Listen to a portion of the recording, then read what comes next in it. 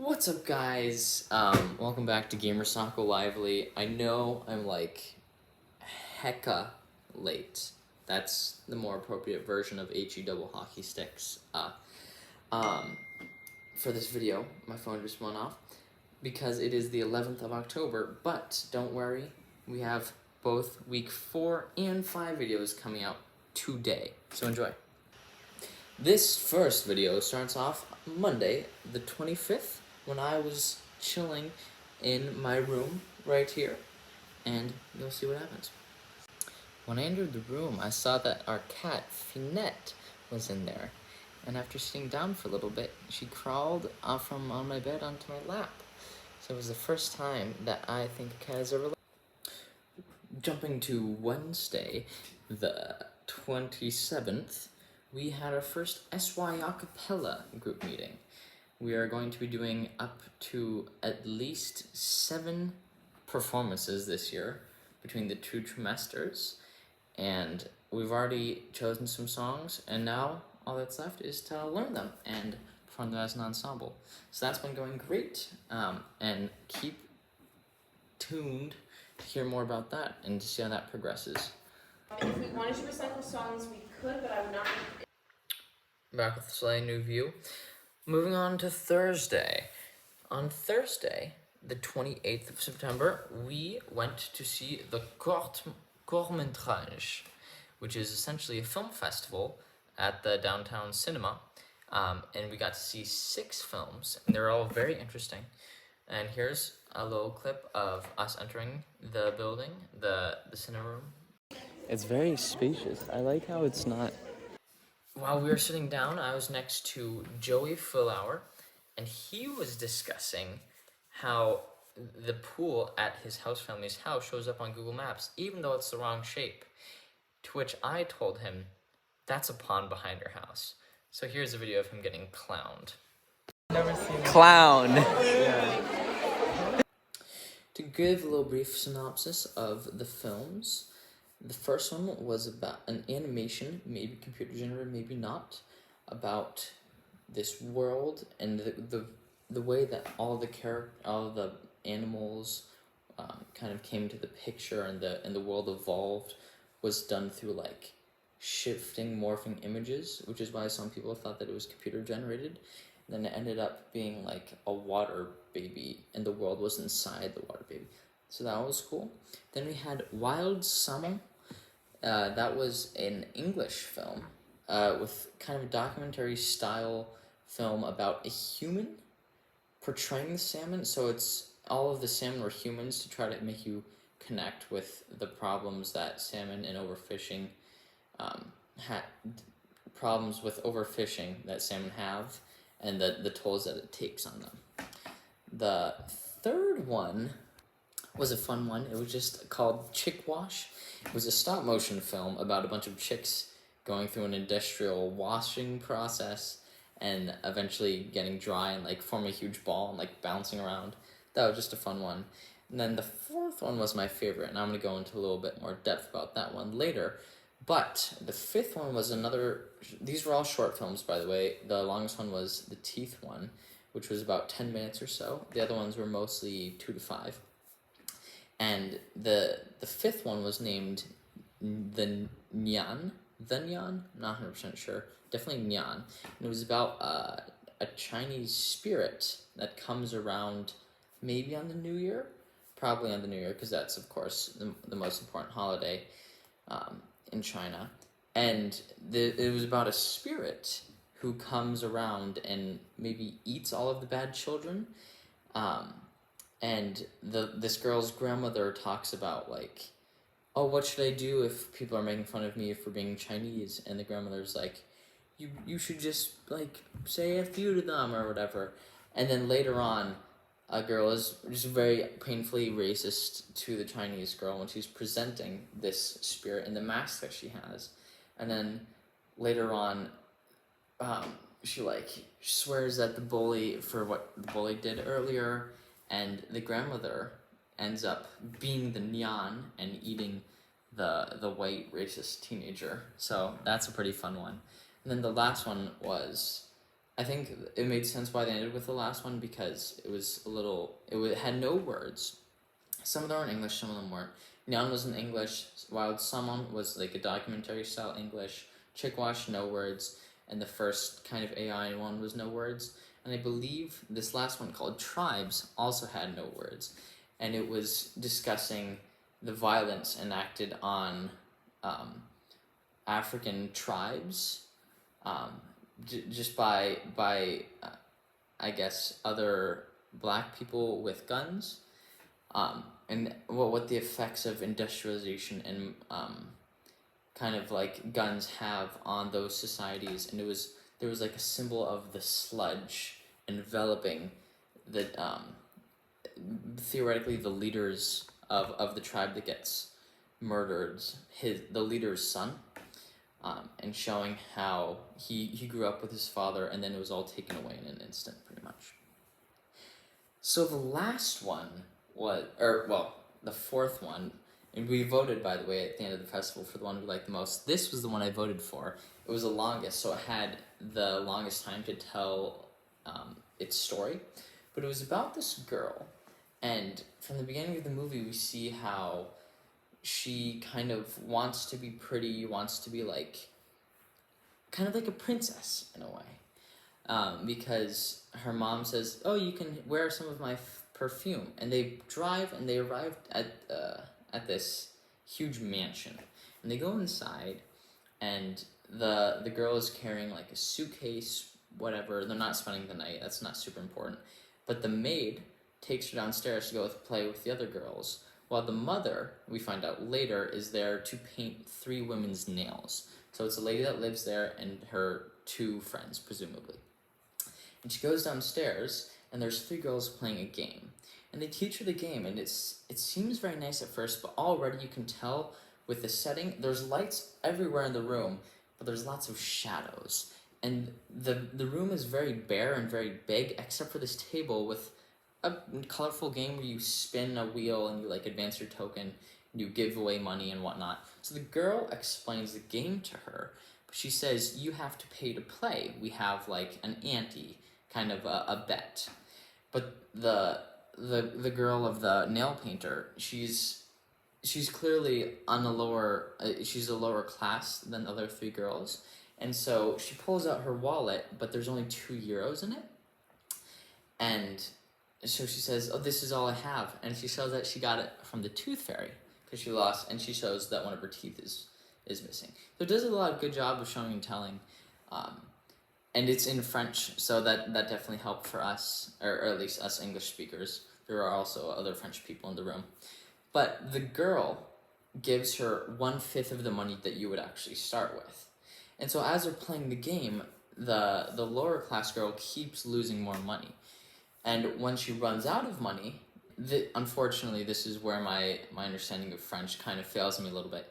But essentially, the girl's like, oh, well, if you should take out another tooth because you'll get money, right? Because that's what she was inferring with her earlier, the poor girl. And so the poor girl's like, oh, this tooth is wiggly. And she tries pulling it out, but she can't. And then, so there's one pivotal wealthy girl that lives there. And she's like, oh, I'll help you. And she goes and she rips out the other girl's tooth. And so the other girl goes upstairs to her mom. And that's when we see her painting the other people's nails. And she goes upstairs and says, hey, Mom, I lost a tooth. And the mom's like, okay. Because obviously you're supposed to get money at night. That's how the idea of the tooth fairy works. And so she goes downstairs. She says, like, I can get any money. And the girl says, oh, it's okay. You just put your tooth in the box. And so she puts her tooth in the ante, and it represents €2. And the girl gives her another 1/5 of the money that she would have gotten. Unfortunately, this continues again to where she runs out of money, but she doesn't have any more wiggly teeth. So the other girls say, well, give us a tooth. She says, oh, well, I don't have any wiggly teeth. And the girls pin her onto the ground and rip or smash out one of her teeth. This, I probably should have given a little bit of a trigger warning maybe, because a lot of people were pretty grossed out by this. It was a pretty graphic scene. and it's gives like a lot of Lord of the Flies vibes, I guess. And so they like rip out her teeth, they put in the box, give her another 1/5 of the money, but then she runs out of money again. And the girls say, "Oh, well, that's it. We're not going to rip out another one of her teeth," because she was bleeding. And the maid comes back periodically, but right before the maid came back, the girls wiped the blood off from her lips so the maid didn't see it. And the maid was offering them cake, and you can see the kind of power dynamic that the girl whose house they're at has over all three of the girls, because the maid says, "Would you like chocolate cake or strawberry cake?" But the girl forces all of them to only eat cherry pie, instead of having the chocolate cake. This is important later, and I'll explain why. And so they keep playing the game, but when the girl runs out of money for the third time, I guess, the girls say, "We're not going to pull out another one of her teeth." And for some reason, the girls start like watching a movie and dancing a lot, but I think it's to show how like carefree and psychotic they are. But the girl goes upstairs, and she goes to the floor above where the women are hanging out, and / getting their nails painted. And the girl goes into this room, and she like scavenges the room. She's like pulling things off, and we see her find a spool of thread, and pretty quickly we see where she's going. I was hoping she was going to find like a hatchet to like murder the girls, but she didn't. Instead, she ties it around her tooth into the door, and you guessed it, she slams the door closed to rip out her tooth. It's disgusting. She's bleeding more than ever, and she just has blood all over herself. But since the women are in a separate room, no one sees her when she goes back downstairs until she goes and meets the girls. And they're dancing, and then they see her, and the girls are kind of scared. It's kind of like the first justice we get in the short film, where we see that they're like, "What the heck is this?" And so she puts the blade tooth in the box, and then they keep playing, and then they decide to fast forward to a point where the poor girl, can win if she spins on an 8, 9, or 10.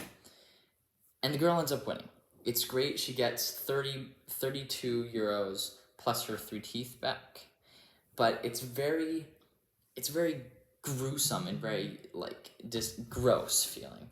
And we just see her go back outside, and we see her look at the 3 women as if she wants to tell her mother. But we don't see the interaction with her and her mother. We just see her sitting outside on the steps, and we see the maid come out with a little chocolate, like souffle cake, and she gives the chocolate cake to her. And it's unclear whether or not the maid sees that she has blood all over herself. We kind of get some retribution with her winning not only all the money and her teeth, but also getting the chocolate cake. So it's just a very fun, it's a very fun film, very gruesome. Not a lot of people liked it, but I thought it was great, and I really liked how it kind of like investigated the savagery of little girls, because people don't realize how savage little girls can be. But that was really fun. So that wrapped it up for the Méntrange. And afterwards, I went to Jean Massé to eat, and we ended up hanging out back at the school in the basement. And this was one of the videos from that time. Put the hand down.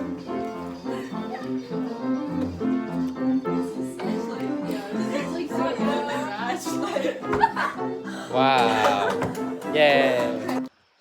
On Friday, the Parisians came over, the friends of my host parents, who are named Blondine and Marco, and their kids, Alexandre and Romaine. They spent the entire weekend with us, and it was a blast. Alexandre loved to say like tons of phrases in English, and Romaine, though we didn't speak any English to her, she had done a program over the summer, and she knew a decent amount of English. On Saturday, we all went to Antonon's game. Antonon is my 15-year-old host brother, for those of you that don't know, and here are some videos from that game. It was a blast. The score is 79 versus 72. Red, us are winning. Yay! It's actually super fun, hype. Loving it. Final score 80, 89, 97. We lost, but they played very well. Then later that night, just after the basketball game, there was a party celebrating Aubin's Mariel's anniversaire, and I ended up leaving after only like 30 minutes just to go hang out with my friends and get dinner. But they invited some more of my host parents invited some more of their friends and their family to come over, and they all had a great time. And then it led right into Sunday, dimanche, the last day that the Parisians were there. Because I unfortunately don't know their last name, but it's okay. And we did an escape room. So here's a picture of Aubin going into the escape room, and it was super fun. We were in 3 different rooms. I was in the blue room with Marielle and Vincent. And it was a blast because we ended up getting to a point where we're in these 2 rooms. The blue room was in the middle, and we're the only one that could communicate between the red and the green rooms. Red in the green rooms, yeah. And it was super fun. And then that pretty much wraps it up for the weekend. Here are some other little bits and videos for the week. So thanks for watching.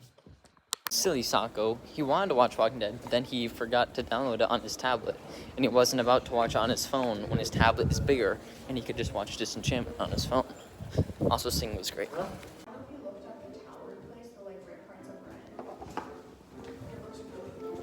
I heard some beautiful noises coming from downstairs, so I'm going to investigate.